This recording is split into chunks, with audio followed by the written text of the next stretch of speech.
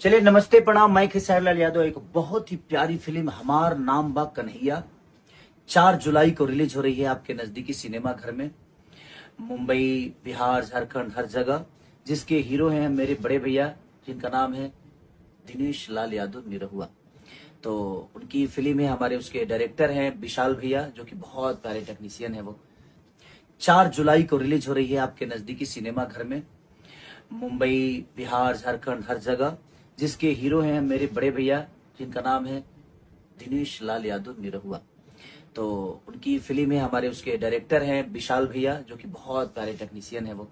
और सारे कलाकार बहुत अच्छे मेहनत किए हैं उस फिल्म के लिए। तो 4 जुलाई को इस सिनेमा घर में रिलीज हो रही है। तो आप लोग भी अपना प्यार और आशीर्वाद जरूर देने जाएं, और अपने निरहुआ भैया के लिए नहीं बल्कि अपने भोजपुरी भाषा के लिए, क्योंकि आप चाहेंगे तभी हम सब भोजपुरी भाषा को आगे लेकर जा सकते हैं। आपका समर्थन, आपका प्यार, आपका आशीर्वाद हमारे लिए बहुत मायने रखता है। तो प्लीज जाइए और अपना प्यार आशीर्वाद दीजिए। Love you all.